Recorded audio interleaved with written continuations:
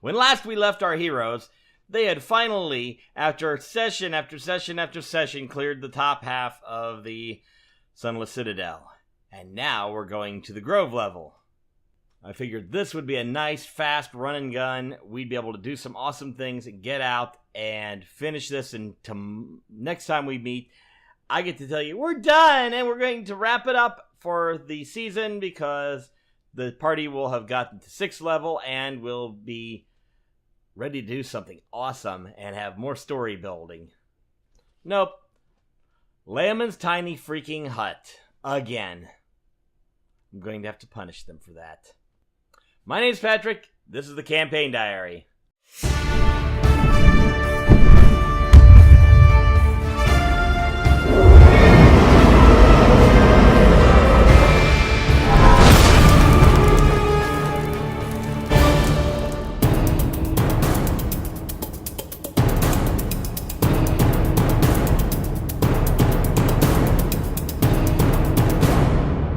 So it started out just like every other. The party had rested and were ready to go, and slowly began the descent, the 80-foot shaft down into the Grove level of the Sunless Citadel.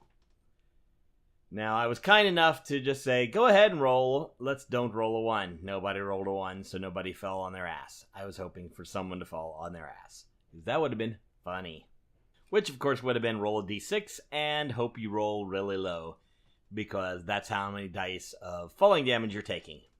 Now, of course, they came down and found some skeletons milling about pointlessly, and a couple what looked like little shrubs just kind of sitting there. Hetfield, thankfully, had a nice high roll, and guess what? Those are probably not trees. They slaughtered the twig blights in 2 shots before the twig blights could move at all.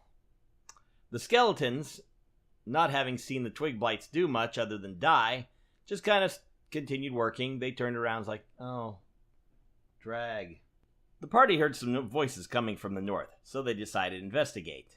This is the lair of Balsag, or Balsac when I forget to remember how to pronounce his name, a few other hobgoblins that I added, and his 2 pet rats.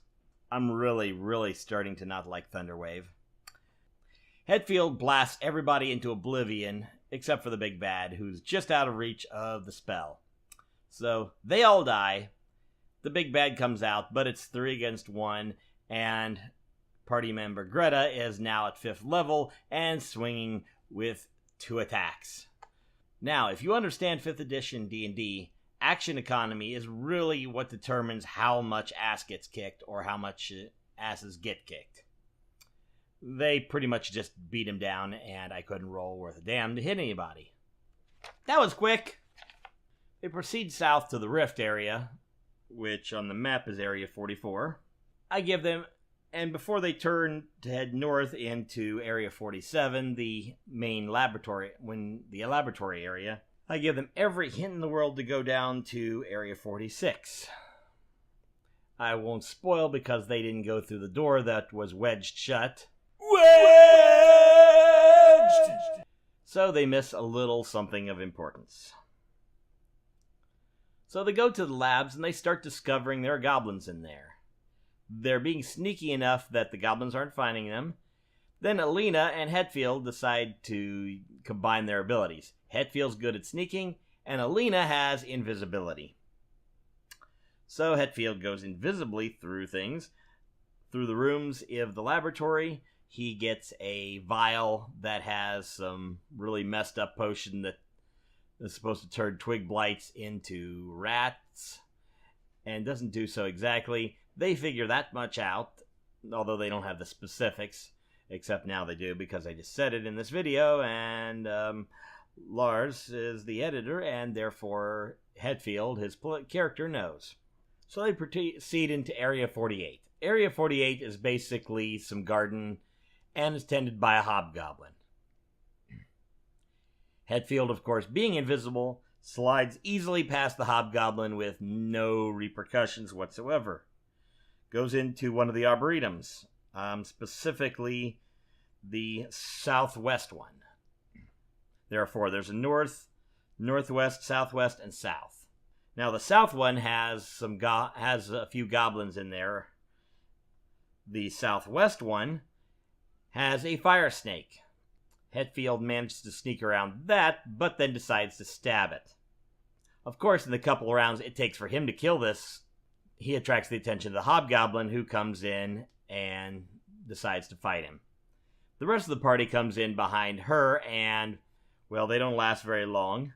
Although one goblin shows up and starts shooting, while the others flee to other rooms. The goblin and the hobgoblin don't last very long. So I press the party to go on, but they decide, oh no, we're going to go into the southern arboretum and we're going to do Leomund's tiny hut. Leomund's tiny freaking hut. This means they get to rest for 8 hours. If they position right, they block the door, so nothing can get in. Of course, goblins know that they're there, and I think I'm going to have a little surprise for them. Lots of surprises for them. Surprises above, surprises below. I just haven't figured out what surprises are going to be. But it's going to make the party not happy for camping in the middle of the dungeon again. So until next time, TPKs are your best friend.